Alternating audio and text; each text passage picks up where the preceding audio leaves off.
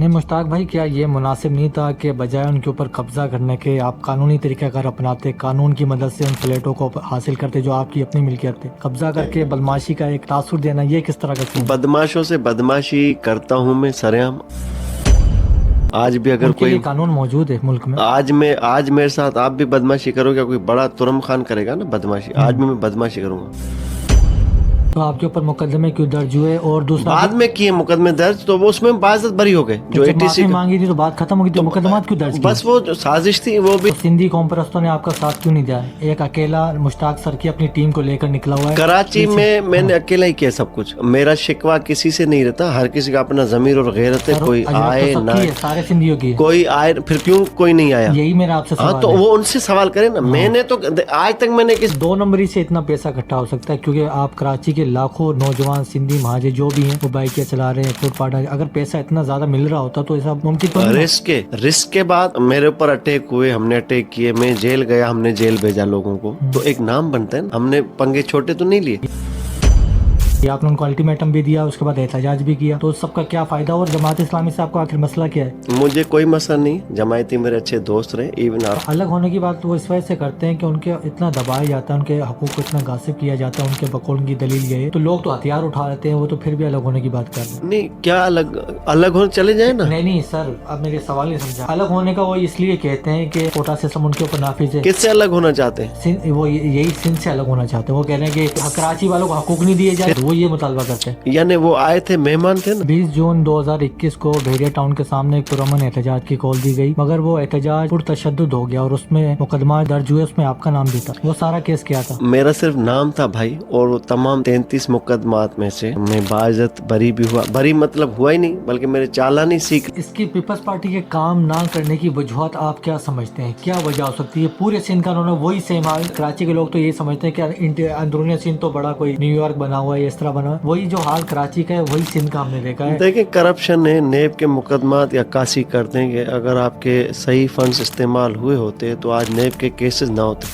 तो मैं जेल में रहा हूँ, मेरे साथ मिनिस्टर भी जेल में रहे, और जेलों में ये रहे। क्या वो पूरा मैंने एहतजाज पुरतशद्दुद हुआ वो सही था? उससे मेरा ताल्लुक नहीं था। जाहिर है बंदे होते हैं, गुस्से में आ जाते हैं। बड़ा गुस्सा था उस वक्त, सिंध की दिल कराची में गरीबों की जमीनों पे कब्जे होते। फिर वो जरदारी का यार था मलक रियाज, पूरी सिंध ने उस दिन अपने गुस्से का इजहार किया था। नसरुल्लाह गडानी के हवाले से, नसरुल्लाह गडानी का सिंध में कत्ल हुआ, नाज़म जोखियों का कत्ल हुआ, इनके कातिल आजाद किस तरह घूमते हैं, कानून की गिरफ्त से बच किस तरह जाते हैं? कोई कातिल आजाद नहीं है। नसरुल्लाह गडानी वाले मामले में भी वो जो कल्प्रिट से नहीं, वो मीर खालिद खान लुंड है, सरदार उनका वो नामजद था, उसका बेटा नामजद था, वो बेल पर है। बाकी जिन लोगों ने ये प्रैक्टिकली किया, सिंध में करोड़ों उर्दू बोलने वाले रहते हैं, करोड़ों सिंधी बोलने वाले रहते हैं, ना आप उन्हें निकाल सकते हैं ना वो आपको निकाल सकते हैं। तो ऐसी क्या वजूहत हम पैदा कर सकते हैं कि आपस में खुशी के साथ एक दूसरे को बर्दाश्त करके हम सुकून के साथ पुरअमन तरीके से रह सकें? कराची गुलदस्ता है मुख्तलिफ जुबानों का, और ये भी हकीकत है कराची सिंध की दिल है, कराची सिंध का दारुखला। इसके अलावा ये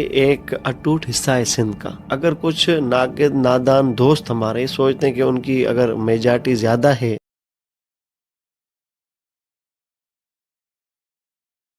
अस्सलामुअलैकुम, मैं हूँ इरफान असलम। पाकिस्तान में कुछ एनजीओज और कुछ शख्सियात पर ये इल्ज़ामात लगते हैं कि वो रातों ही रात पैसे वाले हो गए। कुछ एनजीओज जो गरीबों के हकूक़ के लिए काम करती हैं, गरीबों के नाम पर पैसा इकट्ठा करती है, मगर गरीब तो गरीब ही रहता है, मगर एनजीओज चलाने वाले करोड़पति बन जाते हैं। इसी तरह कुछ शख्सियात पे भी इसी तरह के इल्ज़ामात लगते हैं। आज जो शख्सियत हमारे साथ मौजूद है, इन पर भी इसी तरह के इल्ज़ामात लगते हैं। इन पर इल्ज़ामात लगते हैं कि इन्होंने ज़मीनों पर कब्जे किए, फ्लैटों पर कब्जे किए, और इन पर यह भी इल्ज़ाम लगता है कि ये सिंधी महाजिरों के दरमियान जो एक खलीज है उसको मज़ीद गहरा कर रहे हैं।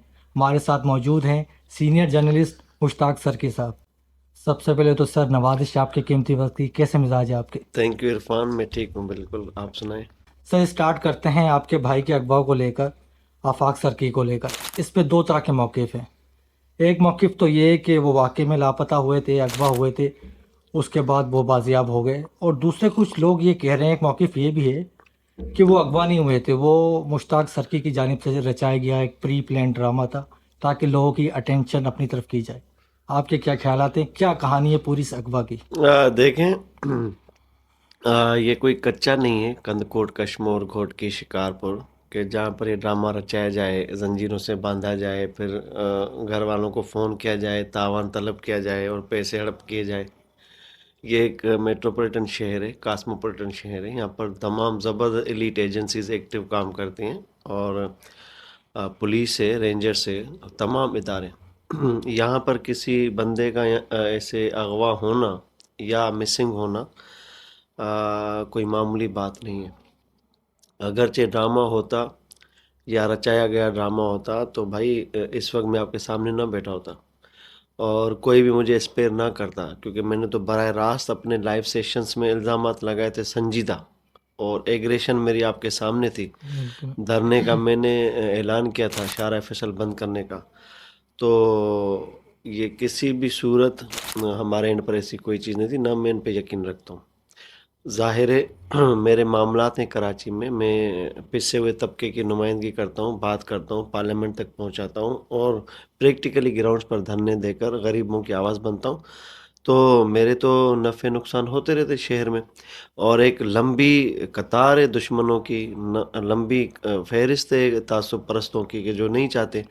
अब उनकी मौजूदगी में अगर ये ड्रामा मुझे हज़म हो गया तो फिर तो ये इदारों की नाअहली कहिए, पुलिस की नाअहली कहिए, उन मुखालफिन की नाअहली कहिए कि मैंने इतना बड़ा ड्रामा रचाया और कोई क्लू नहीं छोड़ा, मैंने कोई फुटप्रिंट नहीं छोड़ा।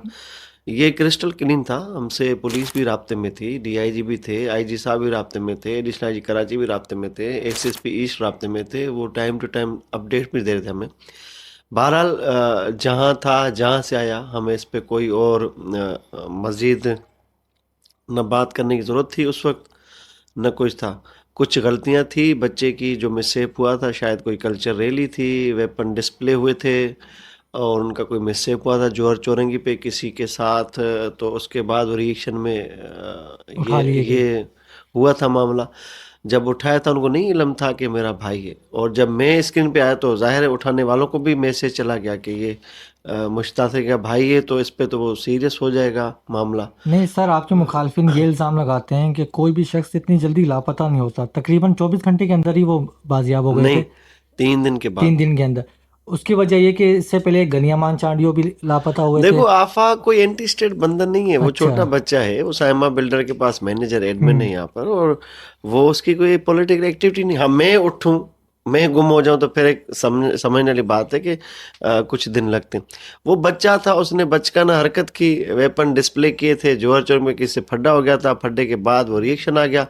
रिएक्शन के बाद जब वो उठा था, मे भी वो ज़्यादा देर तक उसको रखते या किसी पर्चे में बुक कर देते, हम्म। लेकिन वो लाइल्मी के तौर पर जो इंफॉर्मेशन ऊपर गई ना, उसमें मैं कहीं नहीं था, सिर्फ वो आफा की था। अच्छा। उठने के बाद जब मैंने सीसीटीवी रखी, अच्छा ये ड्रामा कैसे हो सकता है कि मैं अपनी सीसीटीवी रखूंगा कि वो लैंड क्रूजर पे लोग आते हैं, सर्फ गाड़ी पे वो उठा के ले जाते हैं। तो ये एक मज़ा का खेज इल्ज़ाम है, मैं इस पे यकीन नहीं रखता, ना मैं इस पे कोई रिएक्शन या रिस्पॉन्स करता हूँ। आपने सवाल पूछा है तो मैं वजाहत दे रहा हूँ, और किसी को नहीं दी। तो ये फैक्चुअल स्टोरी यही थी, बच्चा उठा था। और किसने उठाया था? अब जिसने उठाया था, हमने तो पुलिस को कहा था और पुलिस ने ही इसको हमें रिकवर करके दिया। एसएचओ के साथ आया था, सब ने देखा उधर जब हम लाइव थे। बहरहाल जिसने उठाया, बाद में जब मुझे बताया गया, उसमें जो मेरे सामने शवाहिद और वो हकायक आए, उसमें आफाक की गलती थी और मैंने भी तंबीह की आइंदा इस तरह के वेपन डिस्प्ले या लोगों की इनकन्वीनियंस का कोई बायस बनना कि आम शहरी मुतासिर हो, मैं इसके खुद खिलाफ हूँ। मेरी भी आपने रैलीज देखी होंगी, बिल्कुल। शारा फैसल भी चलता रहता है, और सदर में कहीं जाते हैं तो शॉप्स भी खुली होती हैं, कोई पत्ता नहीं टूटता। जब मैं खुद नहीं करता तो मैं किसी अपने दोस्त, साथी, भाई को भी अलो नहीं करता कि इस तरह की वल्गरिटी हो किसी। सर एक सवाल बहुत सारे जहनों में आता है। एक तो ये कि मुश्ताक सर की कराची शहर में 70 बाइक पर आया था और आज लैंड क्रूज़र में घूमता है।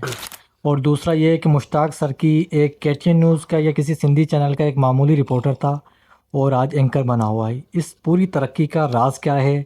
और आपके ऊपर जो ज़मीनों पर कब्ज़े के, फ्लैटों पर कब्ज़े के इल्ज़ाम लगते हैं, उनमें कितनी सच्चाई है? ये पूरी कहानी क्या है? देखिए, मुतअद्दिद बार मैं इस पे बात कर चुका हूँ, शायद आप भी वही कंटेंट देखकर उससे सवाल निकाल के आए। तो ये कोई नया इल्ज़ाम नहीं मेरे ऊपर। आपका नाम है इरफान असलम, हम्म। आप यंग जर्नलिस्ट है, इन्वेस्टिगेटिव भी हैं, आपने ज़बरदस्त तहकीक भी की हुई है, सवालात भी लिख कर आए, तो फिर मैं आपको भी ये ऑफ़र करता हूँ, चैलेंज भी करता हूँ कि जाएं कराची, घूमें फिरें, कोई 60 गज का प्लाट, ज़मीन तो दूर की बात है, ज़मीन तो एकड़ों पे मुहित होती है ना, तो एक 60 गज का प्लाट मुझे आके आइडेंटिफाई करें कि मुश्ताक सर की भाई ये आपने कब्जा किया है, ये ज़मीन आपकी, आपने कब्जा किया है, तो मैं आपको जो बोलो इनाम भी दूंगा। आपके पॉडकास्ट में मैं उन अशखास से जिनकी ज़मीन पे कब्जा है, पाँव पकड़ के माफ़ी भी सर मानूंगा, वीडियोज़ आप बनाइए। नहीं, आपका एक क्लिप मेरे सामने से गुजरा था जिसमें आप ये कह रहे थे कि हाँ मैं खुद मानता हूँ मैंने फ्लैटों पर कब्जा किया, वो क्या वो सीन? आधी आपने सुनी क्लिप अच्छा, ना, मंसूर हाँ मुगरी वो साहब के ज़्यादा वायरल हुई, जी पॉडकास्ट जी, में था। वही वायरल हुआ क्लिप ज़्यादातर। देखें वो बिल्डर के फ्लैट्स थे 2001 में या 2000 की बात है या 1999 की बात है।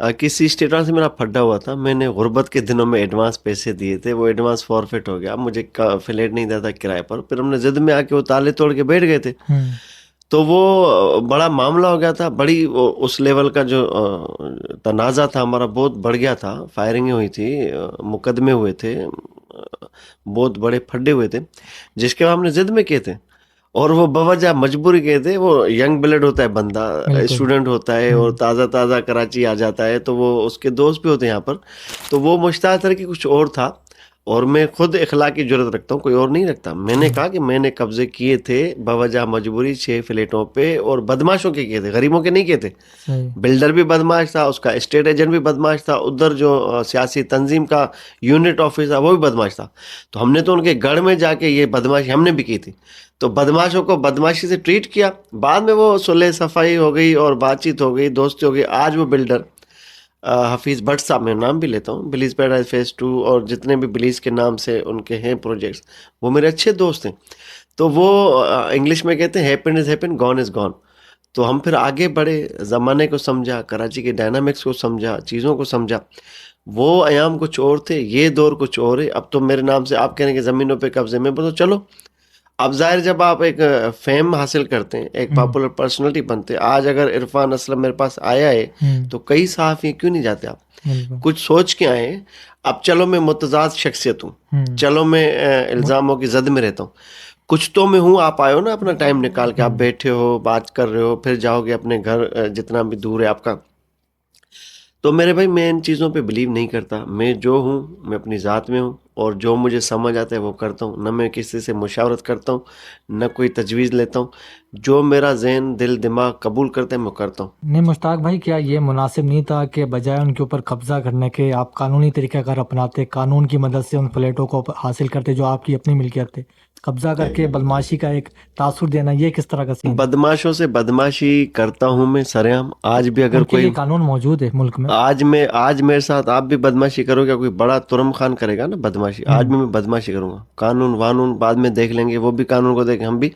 लेकिन आप देखें, अब मैंने कल वीडियो रखी है, मुझे मुतअद्दिद दोस्त वो कर रहे हैं, वॉइस नोट कर रहे हैं, मैसेजेस कर रहे हैं, उर्दू स्पीकिंग दोस्त, कि यार आपने मुगल ज़ात बकी हैं, आपने ये किया, आपने वो किया है, ताबिश हाशमी की वाइफ पे आपने बात की है, हाफिज़ नईम रहमान के घर तक पहुंच गए हो, और एमक्यूएम को भी आपने बुरा भला कहा है। मैंने कहा देखें, ये मैंने डेलीबरेटली किया है, जानबूझ के किया है, कि अगर ताबिश हाशमी को अपनी वाइफ पे गैरत आती है, गुस्सा आता है, तो मुझे धरती माँ पे नहीं आएगा? फितरी अमल है ना। मैंने तो टेस्ट डोज दिया, जैसे वकला करते हैं, कोर्ट में खड़े होकर रोस्ट्रम पे किसी को आग लगाने की कोशिश करे तो जज भाग के अंदर जाता है, तो बोलते हैं जज साहब आप अपनी जान बचाने के लिए भागें, तो इसलिए मैं भी आवाम को बचाने के लिए ये अमल करता हूँ। तो हम तो भाई कराची को अपनी माँ समझते हैं, धरती को अपनी माँ समझते हैं, हम सिंध के वारिस हैं, और हमारी वहदत के ख़िलाफ़, माँ की वहदत के ख़िलाफ़ बंटवारा हो या उसका बाइफरकेट करने की कोशिश की जाए कि भाई नहीं तुम उधर हम इधर, तो जाहिर एक रद्द अमल है, वो फितरी नहीं होता है। मुश्ताक भाई, क्या ये मुनासिब नहीं था कि सिंधी कौम के भी और उर्दू कौम के भी पढ़े लिखे लोग आगे आते और पीपल्स पार्टी को जवाबदेह ठहराते, बजाय इस चीज़ के आप आपस में लड़ पड़े? ये क्या सारी सूरत है यार? भाई पीपल्स पार्टी अलग सब्जेक्ट है। मैं हाँ, गुल एमकेएम के प्लाजा में तो दोस्तों को भी कहता हूँ, मैं जमायत इस्लामी के मुहाजिर दोस्तों को भी कहता हूँ, मैं एनपी के पठान दोस्तों को भी कहता हूँ, मैं कश्मीर के कश्मीरियों को भी कहता हूँ, गिलगित के गिलगितियों को भी कहता हूँ, सिराई की बेल्ट के सिराइकियों को भी कहता हूँ कि पीपल्स पार्टी को आप चुन के रखो। हमारा क्या ताल्लुक है, मैं तर्जुमान थोड़ी हूँ, 60 तर्जुमान उनके अपने। लेकिन पीपल्स पार्टी को आप बहाना बना के सिंधी कौम को, सिंध धरती को, सिंध की दिल कराची को निशाना बनाएंगे तो फिर तो हमारे जैसे लोग आ जाते हैं। आप देखें जितने मुतसिब ये उर्दू मुहाजिर जो है, उर्दू स्पीकिंग सहाफ़ी खड़े ना खुल के, इनके साथ खड़े, वो सिंध को रोनते जा रहे हैं और बकवास किए जा रहे हैं। उधर तो कोई नहीं बोलता, उधर क्योंकि फिर बोलते नहीं ये तो भाई साफ ही है। भाई ये फितरी होता है। आप गैरतमंद तब हो जब आप अपनी कौम के साथ खड़े हो, आप अपनी धरती के साथ खड़े हो, आप कहीं के भी नेटिव हो, आपके आबा अजदाद पंजाब के होंगे, कहीं के भी होंगे, तो आपको फितरी तौर पे उधर ही खड़ा होना है। ये आप यहाँ पर आए हो रोजगार के लिए, कोई ट्रांसफर पोस्टिंग हुई होगी, कोई सर्विस आपको यहाँ बाबा को मिली होगी, आप यहाँ पर हो। हम यहाँ के मालिक हैं, वारिस हैं, हमने वहाँ वेलकम किया सबको।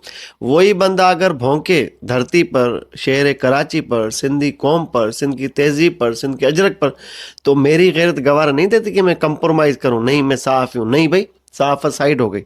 मैं सिंध का बेटा हूँ, मैं जवाब दूंगा।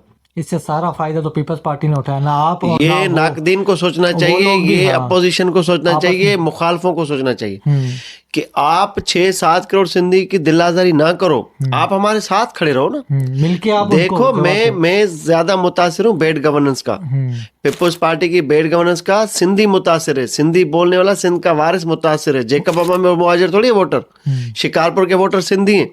आप घोटकी जाए, घोटकी में वो मुहाजिर थोड़ी देते वोट, पश्तून थोड़ी देते, सब सिंधी देते। मैंडेट लेकर सिंधियों से आते हैं। सिंधी आप मुझे बताएं कौन सी दूध की नहरें बह रही है किसी जिले में, जेकब बाबा समेत, सखर, घोटकी, कंदकोट, कश्मीर, सांगड़, सब जगह यही हाल है। तो हमारे साथ खड़े हो ना भाई।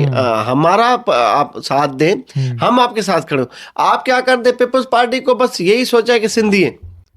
भाई क्यों सिंधी है? पीपल्स पार्टी तो उर्दू स्पीकिंग भी बैठे, पश्तून भी बैठे, कश्मीरी भी बैठे, गिलगिती भी बैठे। आप घूम फिर के आके आप पीपी को छोड़ के सिंधी कौम को, सिंध की धरती को, सिंध की दिल कराची को निशाना बनाते, फिर पीपल्स पार्टी का खुद साख्ता काम हो जाता है। हमारे जैसे लोग ना चाहते मैदान में उतरते हैं, वो चुप बैठे, उनके तर्जुमान बेचारे बर्गर बच्चे, उन्होंने नोटिफिकेशन करा, बोल सकते नहीं है किसी टॉपिक पे। आप बैठे टीवी में, उनको पता नहीं जियो पोलिटिकल सिचुएशन क्या है। फिर हमारे जैसे लोग जो दोस्त हैं, सिंध परस्त हैं, वो आ जाते हैं और फिर हमारे पर इल्जाम लगते हैं। दोनों कौमियतें आपस में गुत्थम गुत्था हो जाती हैं और पीपल्स पार्टी भरपूर फायदा उठा के साइड में निकल जाती है। इसी तरह एमक्यूएम भी तो है, एमक्यूएम भी है, बिल्कुल इसी दोनों तरह जमातें, हाँ, जमा एमक्यूएम इस्लामी भी है। पीपल्स पार्टी आप देखें पूरे साफ ही जमा इस्लामी के बराह रास्त सपोर्टर्स हैं। आप पेजेस पर जाइए, ये तो मैं बाद में डिस्कस करूंगा, अभी ये मैंने टॉपिक नहीं छेड़ा। वो मेरे दोस्त हैं सारे। लेकिन अगर हम पर ये सिंध परस्ती के इल्जामात लगते हैं, कौम परस्ती के इल्जामात लगते हैं, तो दूध का दुल्हा हुआ तो कोई नहीं।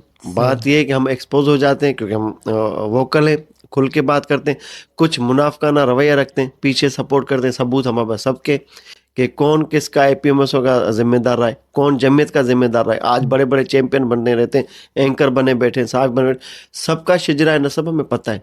लेकिन हमने नहीं छेड़ा क्योंकि उन्होंने हमें बराह रास्त नहीं छेड़ा। जिस दिन छेड़ेंगे हम इतना छेड़ेंगे कि आपके तस्वर में भी नहीं होगा। अच्छा, एक सवाल मेरा वो पीछे ही रह गया कि मुश्ताक सरकी ने बाइक से लेकर लैंड क्रूजर तक का सफर किस तरह तय किया? ये इस तरक्की का राज क्या है? ये इतना रातों रात पैसा की जो बारिश हो रही है, इसकी क्या वजह? बनना चाहते हो मुश्ताक सरकी?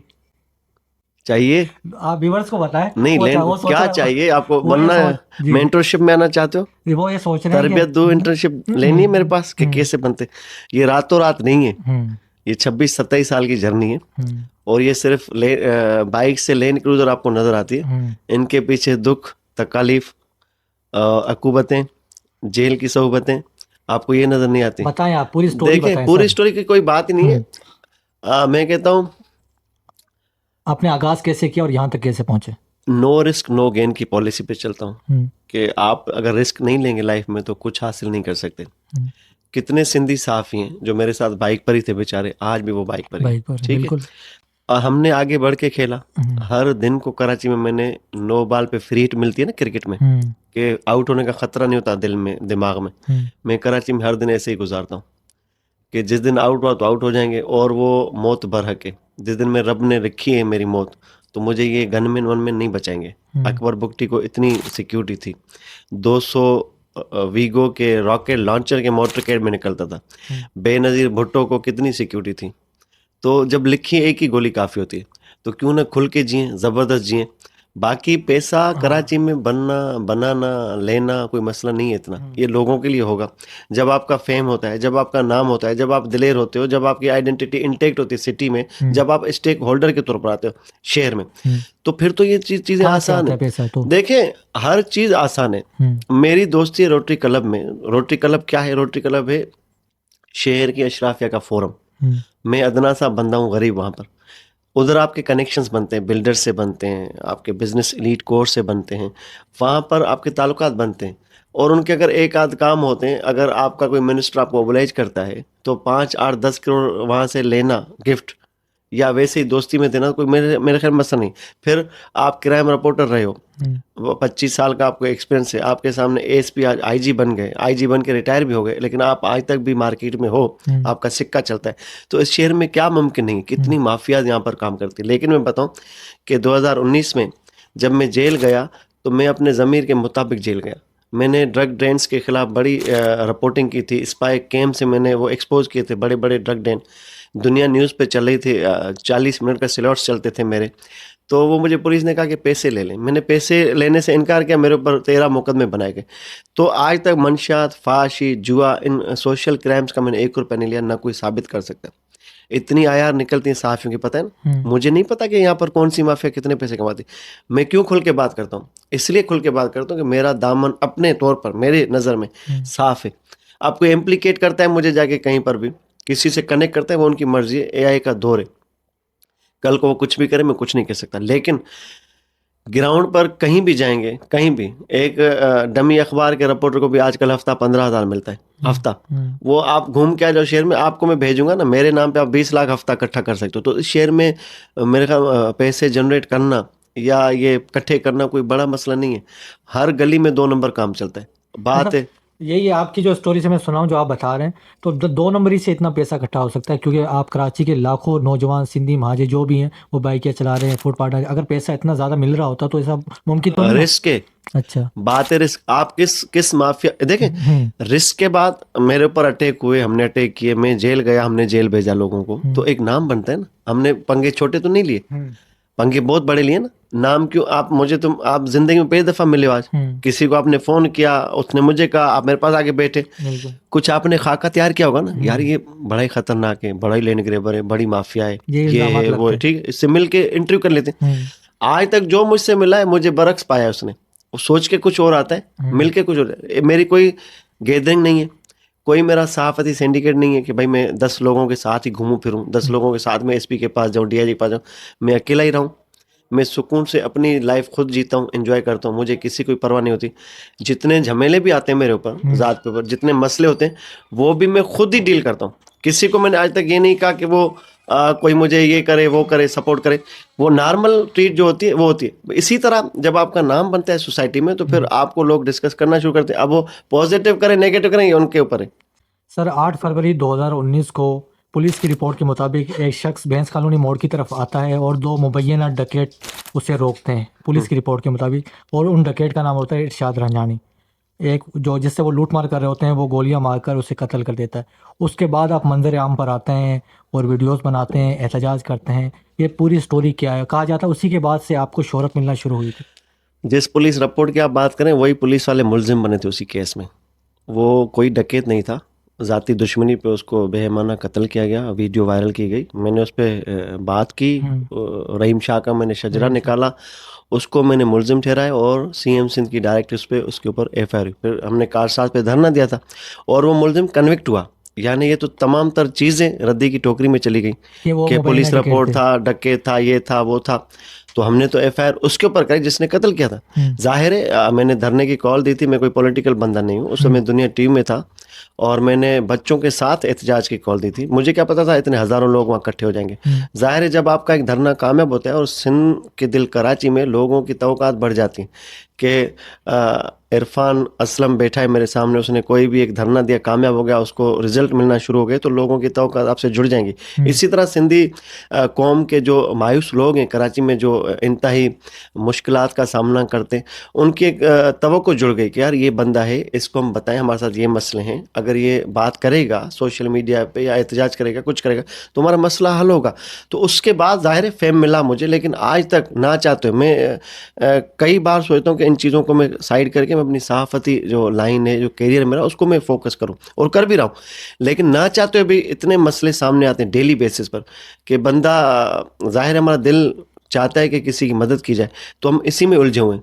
एक से पे दर पे मामले होते हैं, लेकिन हम पिक एंड चूज करते हैं, देखते हैं कोई हसास मामला है, किसी कोई सुनवाई नहीं हो रही, कोई सुन नहीं रहा, और बड़ी ज्यादती और जुल्म हुआ है किसी के साथ, हम बोलते हैं ठीक है इसको हम टेकअप करते हैं। मुश्ताक भाई, मैं सिर्फ पुलिस रिपोर्ट्स की बात नहीं कर रहा। उस वक्त एक पुलिस अफसर थे, मुझे नाम याद नहीं आ रहा, उन्होंने बाकायदा प्रेस कॉन्फ्रेंस की थी, उसमें एक सीसीटीवी वीडियो भी दिखाई थी। अमीर शेख साहब थे, हाँ, कुछ इस पुलिस तरह नाम चीफ। था। उन्होंने दिखाई थी कि वो डकैती भी कर रहे थे। आप कह रहे हैं कि वो डकैत नहीं थे। उन्होंने कहा कि जो उनको सजा हुई है वो बेसिकली इंसानियत सोच, जो उनके साथ सलूक किया गया है ना, कानून को अपने हाथ में, नहीं, इस बेस पे सजा सजा हुई। 302 में हुई थी, एटीसी चार्जेस में हुई थी, और वेपन 23 से सेक्शन में हुई थी। मैं आपकी तस्दीक करूं, और जो फुटेजेस चले थे, आज भी फुटेज यूट्यूब पे मेरे इंटरव्यू के बाद आप हिट करें दोबारा, वो फुटेजेस सिर्फ शारा फैसल पे गुजरने के, कोई डकैती के नहीं है। वो कह रहे वहीं से रेकी रहीम कर रहे शाह थे। की गाड़ी वीगो गुजर रही थी, ये बाइक पे थे पीछे, और इनकी सीडीआर हमने निकाली थी, इनकी चेट्स हमने निकाली थी। ये प्लाटों पे दोनों का तनाजा चलता था। एक जीएसएन का कोई रहनुमा था मसूद शाह रांझानी, उसके साथ होता था।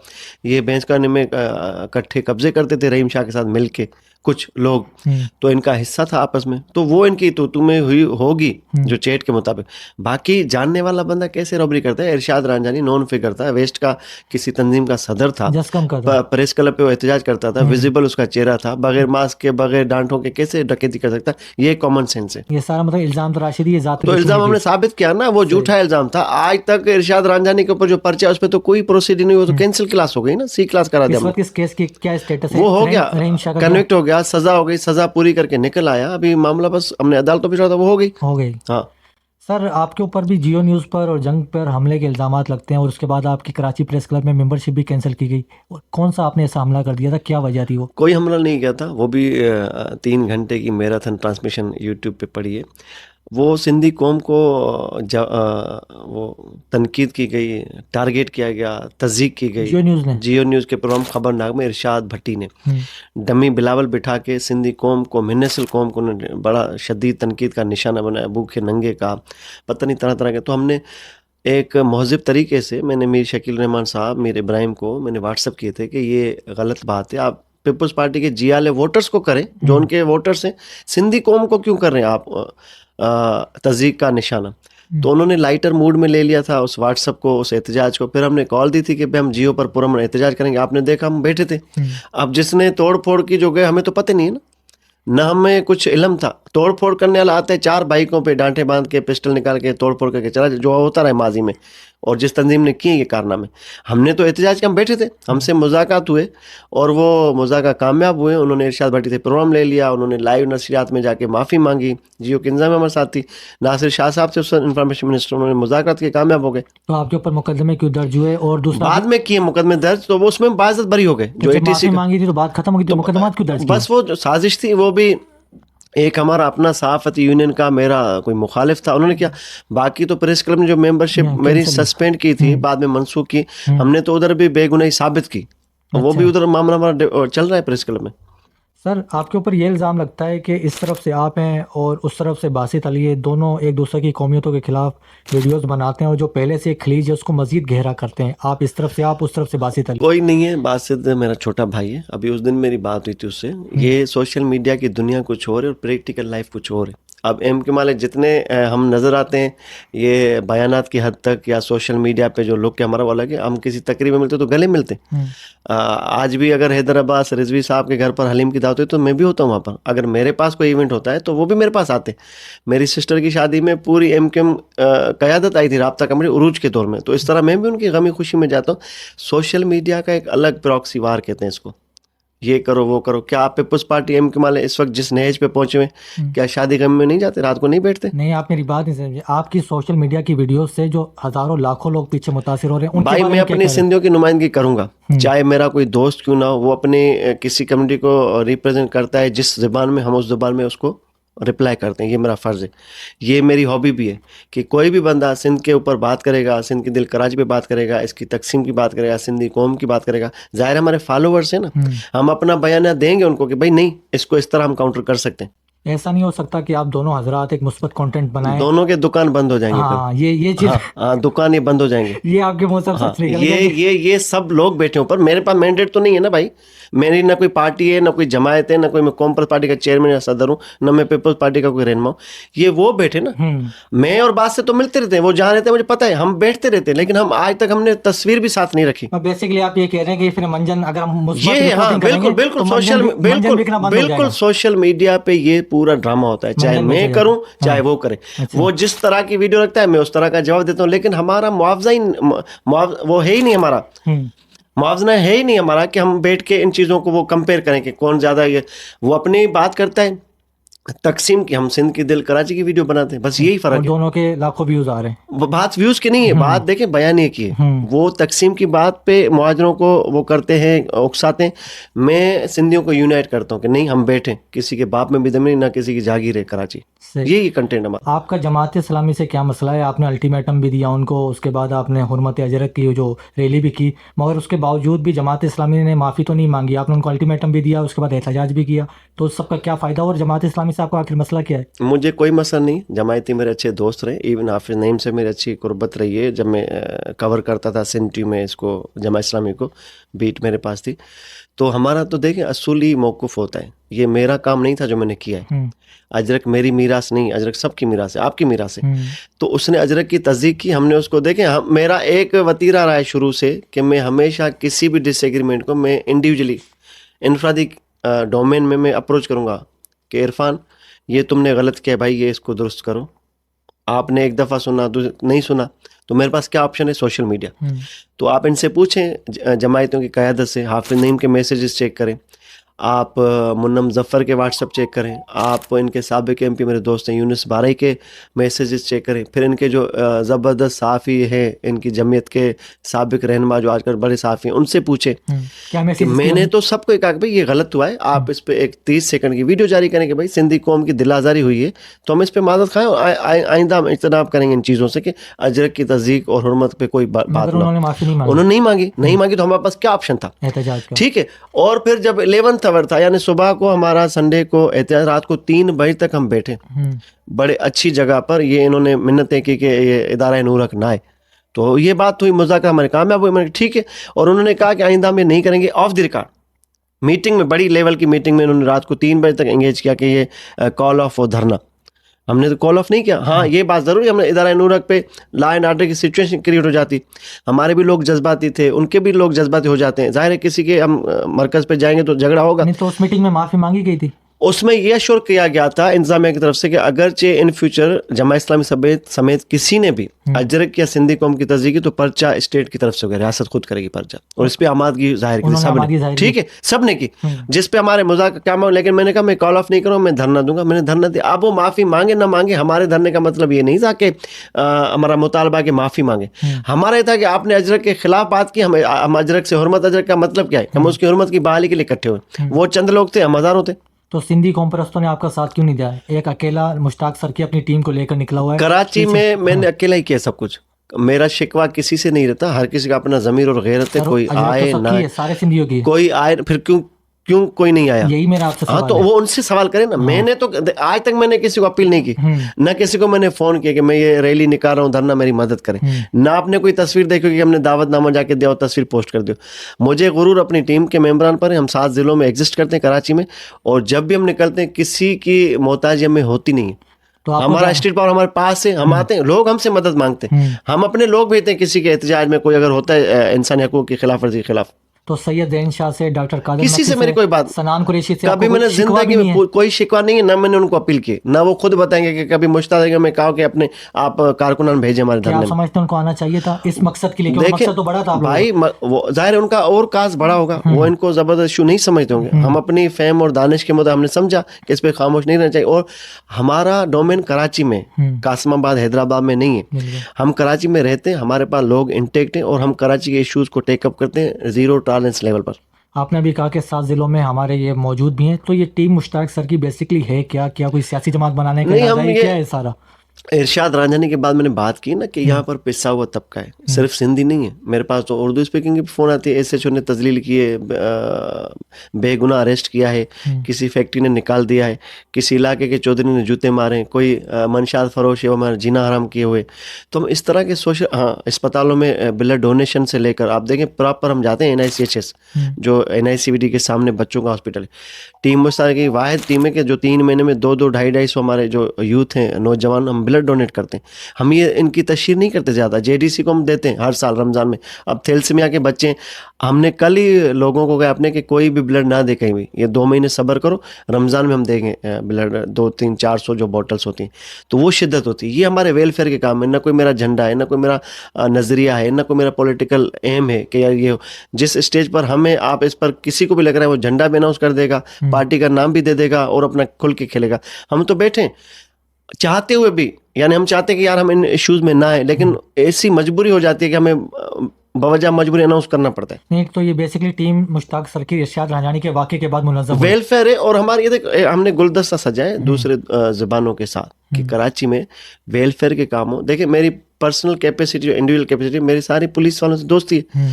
मुतअद्दिद कॉल्स आती हैं, ये बंदा ये काम है वो काम है। अभी आपके सामने किसी UC चेयरमैन ने कहा मैं फिलहाल थाने पे जा रहा हूँ, मैंने आपके सामने कहा कि ये बंदा आ रहा है, इसको देखो, जायज़ मदद करो, बस यही काम है। अच्छा। वो इंडिविजुअल कैपेसिटी में अब हम प्लेटफॉर्म पे कर रहे हैं बस। क्या मुस्तकबिल में कोई कोई सियासी जमात नहीं बनूंगा, न कहीं सियासत में जाऊंगा, मैं साफ हूँ, साफ ही करूंगा। कोई सियासी जमात बनाने का नहीं, कोई इरादा नहीं? कोई नहीं।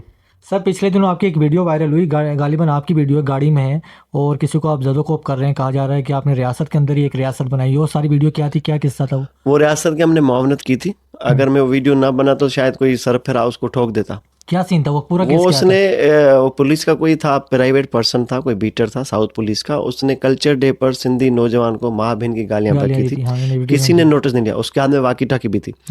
फिर हमने उसके खिलाफ एक्शन लिया, लाइव आया, मैं उसके घर पर गया, फिर उसकी जान को खतरा हुआ। फिर खुद पुलिस के आला हुकाम ने उसको बुलाया और मुझे कहा कि हम आपके हवाले करते हैं, आप जो करना चाहें करें, इस मामले को एक तरफ कर दें। फिर मैंने उसको जो भी करना था तंबीह भी की। पुलिस का एहलकार था? कौन नहीं, वो प्राइवेट बंदा था। अच्छा। तो उसका हमने कर दिया सॉफ्टवेयर अपडेट और अभी वो आसानी से जिंदगी गुजार रहा है। मामला ठंडा हो गया, सिंधी को हमने माफ कर दिया। तो पुलिस ने बजाय कानूनी एक्शन लेने के आपके हवाले कर दिया? कानूनी एक्शन जो लेना चाहते थे वो मुद्दई हमारा जो बच्चा था वो डरा हुआ था, सहमा हुआ था, तो वो हमने खुद मना किया। फिर ये अगर कानूनी एक्शन होता ना भाई, कहीं कहीं जहर भी आपके लिए मुस्तफीद हो जाता है। अगर FIR होती फिर वकील इसको नहीं छोड़ते अंदर कोर्ट में, वो बड़ी एक गुस्से वाली लहर थी ना। तो हमने समझा कि इसको इस तरह मामले को एमिकेबली रिजोल्व की तरफ ले जाए। जो उधर चंबा प्लेट हुई गुस्से में, जिस लड़के को हमने बुलाया, जो भी उसने किया वो हुआ। बाद में उसको वो तो अभी दुआएं देता है हमें, उसको भी तो MKM ने कहा कि आप मुश्ताक सर के ऊपर पर्चा करो, आप भी जाओ अभी उसको बोलो पर्चा करे, नहीं करेगा, क्योंकि उसको तो हमने समझाया, उसने तस्लीम किया कि मैंने गलती की थी और मैं पुलिस वाला नहीं हूँ, मैं पुलिस वाला बन के मैंने उसको चंबा प्लेट भी की थी, मैंने गालम गलौज भी की थी, मुझे नहीं करनी चाहिए थी। हमने वीडियो जारी कर दिया, वो सुकून से जाके अपना काम करा, जोहर में कहीं गुलशन में, मुझे नहीं पता। 20 जून 2021 को भेड़िया टाउन के सामने एक पुरअमन एहतजाज की कॉल दी गई, मगर वो एहतजाज पुरतशद्दुद हो गया और उसमें मुकदमा जो दर्ज हुए उसमें आपका नाम भी था। वो सारा केस क्या था? मेरा सिर्फ नाम था भाई, और वो तमाम 33 मुकदमात में से मैं बाइज्जत बरी भी हुआ। बरी मतलब हुआ ही नहीं, बल्कि मेरे चालानी C क्लास हुए सारे, और उसमें मेरा कोई भी एक कारकुन नहीं था टीम का, या मेरी कोई फुटेज CCTV नहीं। मैंने देखे थ्रू आउट कैरियर कराची में जो भी हमने धरने दिए, एक पत्ता नहीं टूटा, किसी गाड़ी का शीशा नहीं टूटा। हम तो पुरअमन लोग हैं और उसमें सिविलाइज्ड वे में तहजीब याफ्ता तरीके से हम एहतजाज और मुजाहरे करते हैं। कोई कराची वाला नहीं कहेगा कि भाई इनके एहतजाज से हमें इनकन्वीनियंस हुई हो। तो हमने तो पुरअमन किया था। हाँ, वो जिसने भी नाम डलवाए थे उस वक्त वो साबिक था, MD का कोई DG था, पता नहीं कौन, बाद में मैं उसके खिलाफ भी लाइव आया था। भेड़िया टाउन के एहतजाज में आप शरीक ही नहीं थे? एहतजाज में मैं शरीक था, लेकिन मैं स्टेज पर नहीं था। ये MKM के कुछ लोगों ने मेरे नाम दिलवाए थे और बाद में मेरे नाम हुकूमत ने और पुलिस के अफसरान ने, कुछ मेरे दोस्तों ने, सहाफ़ी दोस्तों ने, मेरे ज़बरदस्त दोस्त रहे, नाम नहीं लूँगा, तो उन्होंने कहा था कि ये इसमें है ही नहीं, किसी चीज़ में नहीं है। क्या वो पूरा मैंने एहतजाज पुरतशद्दुद हुआ वो सही था? उससे मेरा ताल्लुक नहीं था। जाहिर है बंदे होते हैं, गुस्से में आ जाते हैं, बड़ा गुस्सा था उस वक्त, सिंध की दिल कराची में गरीबों की ज़मीनों पे कब्जे होते, फिर वो जरदारी का यार था मलक रियाज, पूरी सिंध ने उस दिन अपने गुस्से का इजहार किया था। अब जो भी थे, बहरहाल जितने भी थे केस, इवन जो उसमें इन्वॉल्व भी थे मुबैना तौर पर, वो भी तो बाइज्जत बरी हो गए सब। कोई मुश्ताक एक बंदा ना जेल में ना कन्विक्टेड। मुश्ताक भाई, बहरिया टाउन की मुख्तसर स्टोरी है क्या, और इतने एहतजाज के बावजूद, और पता भी है कि सिंध यहाँ पे सिंधियों की हुकूमत है, ये बहरिया टाउन वाला मसला हल क्यों नहीं हो रहा, और गोठों पर कब्जे उनको वापस भी नहीं मिले? पहले स्टोरी है क्या सिंधियों बहरिया की टाउन की? हुकूमत कहाँ है? सिंधी कहाँ है? आसिफ जरदारी बलोच है, कौन है सर? जरदारी बलोच है वो। और ये मुराद अली शाह हाँ, ये सैयद है। सिंधी तो है हाँ ना? तो सिंधी, मैं भी सिंधी, मेरी हुकूमत थोड़ी है। यही तो देखो, सीएम ये है ना सर, हाँ, ये सीएम वो उसकी तो सिंधियों की हुकूमत नहीं है, है, आपकी पीपी की नहीं। हुकूमत है। हाँ। पीपी में कश्मीरी भी हैं, हम्म। पीपी में पंजाबी उर्दू स्पीकिंग भी हैं, हम्म। पीपी में सब बैठे। तो सिर्फ सिंधियों को ये कहना, मुर्दाबाद तो सिंधी नहीं है, हम्म। सादिया जावेद भी सिंधी नहीं है, तो कई लोग हैं सिंधी नहीं है। तो ये मसला हल क्यों नहीं हो रहा बहरिया टाउन वाला? मसला हल है, हमारा तो इससे कोई लेना देना नहीं है। जाहिर है वो जो देहात गांव के लोग थे नियर बाय के, वहाँ वो एक्सपेंड करना चाह रहा था अपनी ज़मीन को, उन्होंने ज़बरदस्त वो मजामत की। मजामत की, लेकिन उनके बड़े बदकिस्मत से जो उनके बड़े सरदार हैं वो तो मलक रियाज के और जरदारी साहब के यार हैं। तो अब वो मामला ठंडा हो गया, उनको शायद पैसे मिल गए, जहाँ ये बढ़ाना चाहता उनको उन्होंने रीइंबर्स किया। सर, सिंध में पिछले लगभग 17-18 सालों से पीपल्स पार्टी की हुकूमत है, मगर कहा जाता है कि आप पीपल्स पार्टी पर तनकीद कम करते हैं और एमक्यूएम पर तनकीद ज़्यादा करते हैं। और इसका दूसरा हिस्सा ये है कि पीपल्स पार्टी के पास इस वक्त तो मेयर भी अपना है, सीएम भी 18 सालों से उनके पास है, तो कराची के और सिंध के पूरे सिंध के काम क्यों नहीं होते? यहाँ पे तरक्याती काम, उस तरह की डेवलपमेंट, ये जो शहर के मसाइल हैं, ये हल क्यों नहीं होते? भाई मैंने मुतअद्दिद बार आपके इस प्रोग्राम में कहा है कि मेरा ताल्लुक नहीं है पीपल्स पार्टी से। ये सवाल आप उनसे करें जिनके पास अख्तियार आते हैं, नहीं नहीं, डोमेन बीइंग है, अ जर्नलिस्ट बोल रहा हूँ मैं। बेंगे जब मैं तो बड़ा नाकिद रहा हूँ। मैं मुझे मेरे तो ऊपर तो 44 मुकदमे पीपल्स पार्टी के इस रजीम में बने, किसी और ने थोड़ी बनाए। बहरहाल हम खुद बोलते हैं, एहतजाज भी करते हैं, मुतालबात भी रखते हैं। गटर के मामले पे जो निपा पे बच्चे की एक डेथ हुई चेज़अप के नागहानी, सामने जो हाँ हुआ था। चेज़अप के सामने, तो मैंने तो वीलॉग मुर्जा वहाब के खिलाफ बनाया, ना कि किसी एमकेएम के खिलाफ बनाया।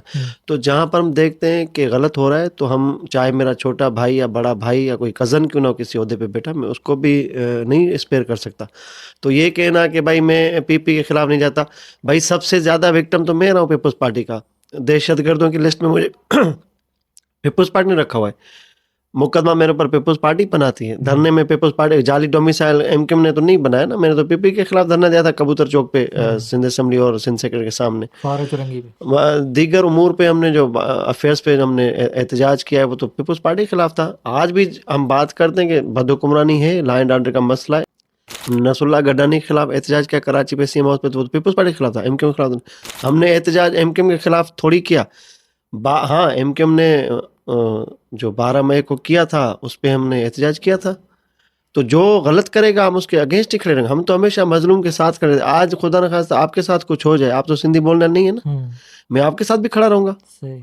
तो ये तो हमारा काम है। बाकी है अभी लोगों के इल्जाम आते लगने दे, हमें क्या इससे फर्क पड़ता है। सही। और सर, इसकी पीपल्स पार्टी के काम ना करने की वजूहत आप क्या समझते हैं, क्या वजह हो सकती है? पूरे सिंध का उन्होंने वही सेम हाल, मगर कराची के लोग तो ये समझते हैं कि अंदरूनी सिंध तो बड़ा कोई न्यूयॉर्क बना हुआ है, इस तरह बना हुआ है। वही जो हाल कराची का है वही सिंध का हमने देखा है। देखिए करप्शन है, नेब के मुकदमात या कासी करते हैं कि अगर आपके सही फंड्स इस्तेमाल हुए होते तो आज नेब के केसेस ना होते।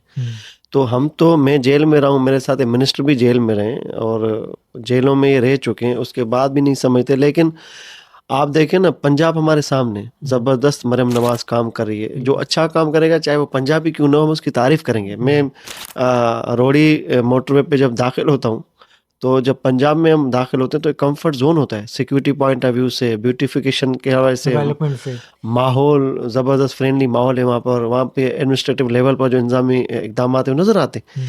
आपकी वो ग्रीनरी हो, दीगर चीज़ें हों और सिक्योरिटी पॉइंट ऑफ व्यू से हो, तो क्यों नहीं हो सकता? यहाँ तो अरबों खरबों रुपए भाई, इकोनॉमिकल हब है आपका कराची, आपका पोर्ट है यहाँ पर, उसके बावजूद इस तरह के होते हैं। तो जाहिर है ये उनका घेरा तंग होना चाहिए, क्यों नहीं करते?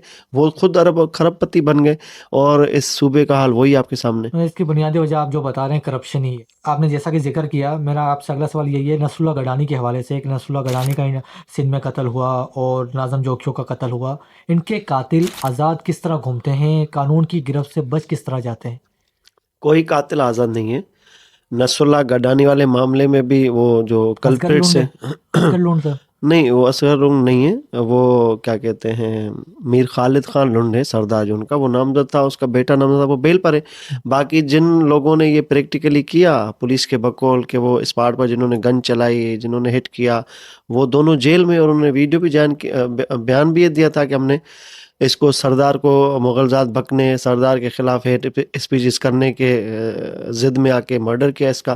तो लेकिन ये पॉलिटिकल जो हमारे लीडर्स हैं या जागीरदार सरदार वडेर हैं, ये इस तरह के लोग पालते हैं कि आपकी आवाज़ दबाई जाए, आपको बंद किया जाए, आपको जेल में रखा जाए, फिर नहज पे चले जाते हैं, नेक्स्ट लेवल पे जाते हैं कि आपका गला ही काट देते हैं, गोली मार देते हैं, तशद्दुद करते हैं।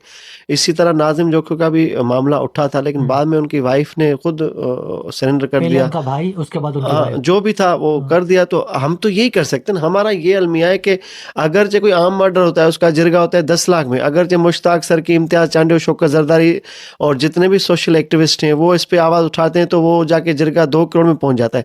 तो हम तो आवाज़ उठाते हैं, लेकिन आगे जाके लोग मुद्दइयों को मैनेज करते हैं, उनको रिलीफ देते हैं, तो हम तो कुछ नहीं कर सकते। हम उस वक्त तो खड़े होते, बाद में जब वर्साई में मना करते कि हमने इस पे आगे नहीं बढ़ना, आप प्लीज़ इस पे खामोश रहें, तो हम उनकी फरमाइश और हुक्म पर उनकी खुशी के लिए, उनकी तसल्ली करें, भाई वो अगर खुश हैं, उनको जिस तरह भी कंपनसेट किया जाता है तो करें।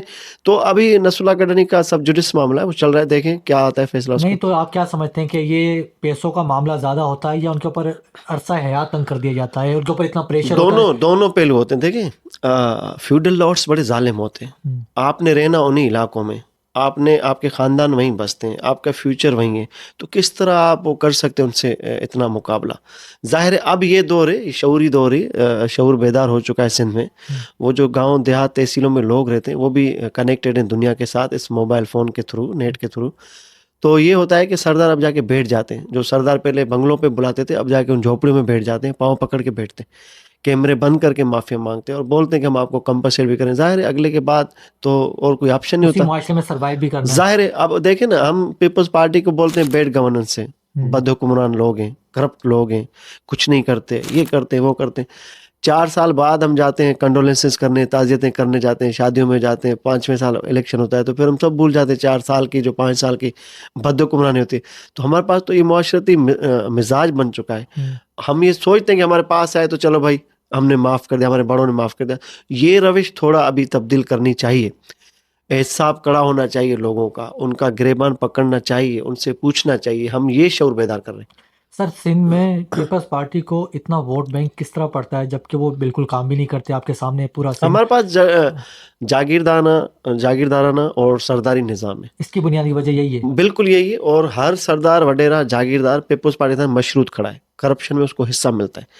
ये जितने सरदार हैं, आज अगर आसिफ अली जरदारी इनको ड्यू शेयर देना बंद कर दे, यूसी सतह पर जो यूसी चेयरमैन है, जो यूसी सेक्रेटरी है, वहाँ भी ये पैसा जाता है। 12 लाख रुपए यूसी के उसकी चेयरमैन के फंड्स हैं, 2-2.5 करोड़ रुपए आपके टाउन चेयरमैन के फंड्स हैं। वहाँ से एमएनए, एमपी, वडेरे, सरदार, जागीरदार सबको पैसा जाता है। जरदारी पैसा बंद करें, वडेरे अलग हो जाएंगे, और वडेरे सपोर्ट बंद करें, जरदारी चल नहीं सकता। तो ये मुश्तरका इम्तजाज है इनका, आपस में मर्ज इनकी सोच है कि हमने मिल के लूटना है। और हमारे पास क्या है, अब हमारी जो कॉन्स्टिट्यूंसी है ठुल की, जैकबाबाद की तहसील ठुल है, वहाँ से प्री पार्टीशन सर की एमएलए होते हैं। जब हिंद सिंध इकट्ठे थे, तो आज तक हमसे कोई नहीं जीत सकता वो सीट। आज तक बेनजीर की असासिनेशन में डॉक्टर सोहराब खान सर की वहाँ से जीते, जबकि पूरा सिंध सोई पहुंच चुका था। तो आप बताएं कि जब हमारे इलाके में, हमारे उस कॉन्स्टिट्यूंसी से, उस हल्के से कोई नहीं जीत सकता, तो मेरा तो पूरा सर की ट्राइब का वोट ही सरदार जुल्फकार सर की और डॉक्टर सोहराब खान सर की को पड़ेगा। तो इसी तरह जखनियों को पड़ेंगे, जोनेजो को पड़ेगा। तो किसी और पार्टी में क्यों नहीं जाते? जीडीए में चले जाएं, पीटीआई में चले जाएं। आपका दूसरा मुतबादिल नहीं है भाई। यहाँ पर हर पार्टी की सियासत एसएचओ पे चलती है। जिस जमायत की आप बात करें, 17-18 साल से वो रूलिंग एलीट है, तो उसने तो आने वाली नस्लों के लिए भी सिक्योर कर दी अपनी सीटें। वहाँ पर आने वाली नस्लों के लिए सिंध को तोहफे में पेश किया हुआ है। जीडीए के हाल आपके सामने, बुरजा जत्तो के साथ इतना कुछ हुआ, जीडीए कहाँ थी? आपके इतने मसाइल होते हैं, जीडीए कहाँ आपको नजर आती है? सब ये स्क्रिप्टेड गेम होती है, किसको किसी की तलवार। जीडीए में 2-3 इतने भी बड़े बासर लोग हैं जो चाहते हैं फिंगर क्रॉस हम पीपी में शमूलियत करें, लेकिन पीपी की इंटरनल पॉलिटिक्स उनके आगे रुकावट है। अच्छा, वो खुद भी चाहते हैं? जी चाहते हैं। अंदरूनी सिंध में हमने देखा कुछ लोगों ने मजामत भी की, जैसे हम ठट्टा के शिराजी में आपको बताऊं, मेहर बताऊं और जतोई बताऊं, ये पीपल्स पार्टी के सामने खड़े हुए, मगर ये भी ज्यादा देर टिक नहीं सके। उसकी बुनियादी वजह अब वो कहाँ है? हाँ, वो पीपल्स पार्टी में है। तो आखिर में ये उनको आने मैं के कह रहा हूँ लिए एसएचओ काफी है, किसी मुखालिफ के लिए एसएचओ इतने काफी बड़े होता है। जागीरदार वडेरे के लिए भी। वडारे के लिए एक एसएचओ काफी है, क्योंकि एटीसी का पर्चा एसएचओ देता है। अच्छा। आपकी बेल नहीं होती, हम्म, आपके ऊपर रेड पड़ते हैं, 8-10 मोबाइल डिलिया, तो आप स्ट्रेस में चले जाते हो। और बदकिस्मती से पीपल्स पार्टी ने ये सियासत अभी शुरू की रखी मुखालफों को कुचलने और रोनने के लिए। इसी तरीके से पूरे सिंध को उन्होंने अपने कंट्रोल में लिया हुआ पूरा है। है कंट्रोल में। आप क्या बिल्कुल। मुतबादल क्या आप देंगे? कुछ है नहीं, पीटीआई जैसी एक हाँ। ताकतवर तरीन पार्टी उभरी, रिजल्ट क्या आया?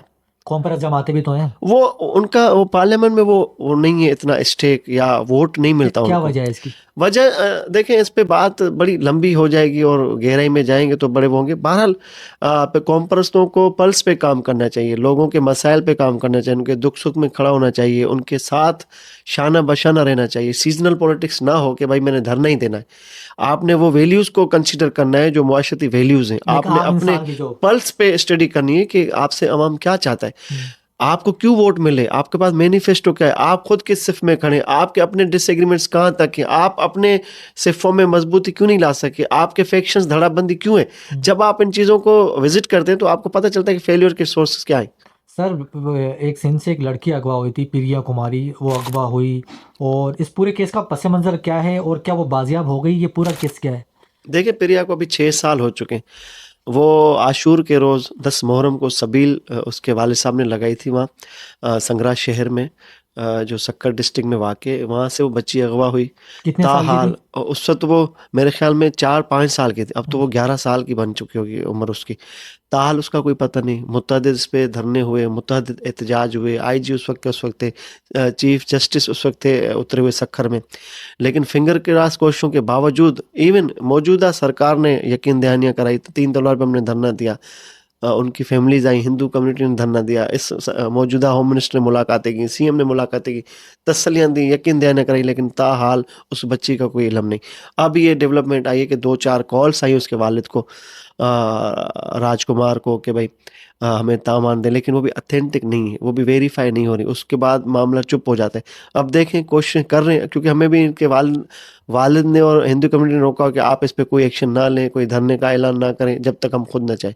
नहीं तो सर, इसको बच्ची को क्या ज़मीन खा गई, आसमान निकल गया? बच्ची कहाँ चली गई? और आईजी तक मामला आ गया तो ये भाई बच्ची आईजी बाजियाब। से तो कहीं आगे बात है, लेकिन हाँ। हमें जो बता रहे हैं या कहीं रखी हुई है किसी बंगले में, या फिर पुलिस बता दी पंजाब के किसी आपको इलाके जाती में। तौर पे क्या लगता है, कहाँ चली जाती गई तौर बच्ची? पे मैं इस पे कमेंट नहीं कर सकता, क्योंकि मालकान ने मुझे बहुत रोका हुआ है सख्ती से। अच्छा। अब उस मेरे बोलने से किसी की बच्ची को या उनके पेरेंट्स को भी नुकसान पहुंचता है, तो ऐसी खबर देने से गुरेज करता हूँ मैं। उम्मीद है कि वो जल्द बाजियाब हो जाएगी। कोशिशें की जाए तो हो सकता है, क्यों नहीं हो सकता। सही। सर, मेरा आखिरी सवाल आपसे ये है कि इस सिंध में करोड़ों उर्दू बोलने वाले रहते हैं, करोड़ों सिंधी बोलने वाले रहते हैं, ना आप उन्हें निकाल सकते हैं ना वो आपको निकाल सकते हैं। तो ऐसी क्या वजूहत हम पैदा कर सकते हैं कि आपस में खुशी के साथ एक दूसरे को बर्दाश्त करके हम सुकून के साथ पुरअमन तरीके से रह सकें? कराची गुलदस्ता है मुख्तलिफ जुबानों का, बिल्कुल। और ये भी है, कहते हैं कराची सिंध की दिल है, हम्म, कराची दिल सिंध का दारुल दारुल। इसके अलावा ये एक अटूट हिस्सा है सिंध का। अगर कुछ नादान दोस्त हमारे सोचते हैं कि उनकी अगर मेजॉरिटी ज़्यादा है तो वो चाहेंगे कि इसको वो कर दें, अलग कर दें, वफाक के हवाले कर दें, तो ये अहमकाना सियासत होती है जिसका हकीकी ज़िंदगी से कोई ताल्लुक नहीं था। आईन पाकिस्तान, हमारे जो कवानीन यहाँ पर मौजूद हैं, यहाँ जो सूबों के हकूक़ हैं वो इंश्योर्ड हैं हमारे आइन में। तो ये जो अलग करने की बातें ये प्रैक्टिकली नहीं हो सकती ना। आप 1/3 मेजॉरिटी हो, लेजिस्लेशन आपकी हो, वफाक में आपकी पोजीशन टाइट हो, सिंध में आपकी सिंपल मेजॉरिटी हो, तो ये मुमकिन नहीं है। सर, अलग एक मिनट में यहाँ पे काउंटर कर दूँ आपको। ऐसा अलग होने की बात तो वो इस वजह से करते हैं कि उनके इतना दबाया जाता है, उनके हकूक़ को इतना गासिब किया जाता है, उनके बकौल की दलील ये है। तो लोग तो हथियार उठा लेते हैं, वो तो फिर भी अलग होने की बात कर रहे हैं। नहीं, क्या अलग अलग हो चले जाएं? अलग होने का वो इसलिए कहते हैं कि कोटा सिस्टम उनके ऊपर नाफिज है। किससे अलग होना चाहते हैं? वो यही सिंध से अलग होना चाहते हैं। वो कह रहे हैं कि इस कराची वालों को हकूक नहीं दिए जा रहे, सिंध तो से क्यों अलग होना सुबह चाहते हमें बना के दे दो। वो ये मुतालबा करते हैं। यानी वो आए थे, मेहमान थे ना, या लाए थे साथ। जब मेहमान आए थे पंजाब से, आगे उनको भेजा गया यहाँ के सिंध आगे, तो हमारे आबा अजदाद ने इनको वहाँ वेलकम किया, इनको पनाह दी, इनको रखा। आज भी वो शाहाना ज़िंदगी गुजारते हैं, उनका बड़ा अदवार रहा है, यहाँ हुकूमतों में रहे। तो जब हो रहे मीठा मीठा हप हप कड़वा कड़वा थू थू, आप डिसएग्रीमेंट्स करें सरकार की पॉलिसी से। सिंध ने क्या बिगड़ा? सिंध तो आपकी माँ है, कराची तो आपकी आमाजगाह है, रिहायश है, आपकी नस्लें यहाँ पर हैं, दफन होने जा रही हैं, पैदा होने जा रही हैं। तो ये कहना कि मैं किसी घर में तो मेरा अपने वालिद से इख्तलाफ है, बोलूँगा एक कमरा मुझे तोड़ के तो मैं जाके अंदर कहीं और रखूँगा। रहना मैंने उसी घर में, मैंने अपने मसाइल रखने, या ये हो सकता है मैं घर छोड़ के जाऊँ। अगर इनको ये बुरा लगता है कराची तो अलग होना है मकाना डिमांड है ना, आप चले जाओ कहीं और चले जाओ। नहीं सर, ये इख्तिलाफी गुफ्तगू हो रही है। मैं चाह रहा हूँ कि हम पुरअमन तरीके से किस तरह पुरअमन की देखें, मेरे पास एक डोमेन नहीं है, आप पे मुझसे गलत सवाल कर रहे हैं ना। मैं चाहूंगा मैं निकाल नहीं सकता, मैं चाहूंगा रख नहीं सकता। नहीं, आप उनको निकाल सकते ना, वो आपको निकाल सकते भाई पहले बात तो मैं पॉलिटिकल किसी सीट पर नहीं हूँ, पब्लिक सर्वेंट नहीं हूँ, पब्लिक ऑफिस होल्डर नहीं हूँ, इलेक्टेबल नहीं हूँ, ठीक है। ये सवाल आप करेंगे अथॉरिटीज से। मैं ये कर सकता हूँ कि हम जो नफरत की जो एक वो लहर है उसको रिड्यूस कर सकते हैं, उसकी इंटेंसिटी हम कम कर सकते हैं, बशर्ते कि अगले भी करें। मैं इनिशिएट करूंगा कि आए हम, मुहाजिर मेरे दोस्त हैं, कई दोस्त हैं, हम कोई यूथ, इस वक्त जो यूथ को रोल प्ले करना चाहिए, मैं सरेंडर करता हूँ। मैं आज के बाद, नदीम रिजवी साहब ने अपने रिसेंट व्लॉग में मुझसे माफ़ी मांगी कि भाई मुश्ताक के खिलाफ मैंने सानिया गुल प्लाजा के हवाले से जमायतियों के खिलाफ जो धरना था, गलत वीडियो रखी, लेकिन वहाँ पर इन्होंने गुल प्लाजा की मुश्ताक ने बात की, ब्लड डोनेशन की बात की, उनकी रिहेबिलिटेशन की बात की, उनकी इमदाद की बात की। तो मैं अपने अल्फाज वापस लेता हूँ और मैं टोपी अजरा के खिलाफ जो मुहिम चल रहा था मैं उसको ख़त्म करता हूँ। हमने आगे बढ़ के उनको वहाँ वेलकम किया। इसी तरह ही हो सकता है, माहौल इस तरह जुड़ सकता है। पीपल्स पार्टी एमक्यूएम की सियासत अपनी जगह, सिंधी और मुहाजिर का ताल्लुक अटूट है, टूट सकता ही नहीं। शादियां तो मैं इनिशिएट करता हूँ कि मैं चला जाता हूँ जहाँ बोले, मैं बैठता हूँ, मैं उनसे बोलता हूँ कि आज के बाद ये जो नफरत आमेज कंटेंट है इसको खत्म कर देते हैं, मोहब्बत और भाईचारे की बात करते हैं और दिलों में प्यार एक दूसरे के साथ। सोशल मीडिया की दुनिया कॉस्मेटिक तरीके से चलती है, मसनूई है। रियल जिंदगी जबरदस्त। अभी आप जितना मेरा मुखालिफ बताएं या मैं जिसका कहीं भी मिलेंगे, हमारी इखलाकियात तकाजा करती है कि मिले, गले मिले, बात करें, ये करें वो करें। ये होता है, ये थोड़ी कि मैं कहीं किसी चौराहे पे नजर आएगा तो मुझे वो मारना पीटना शुरू करेगा, मुझे कोई नजर आएगा तो मैं उसका गिरेबान पकड़ूंगा।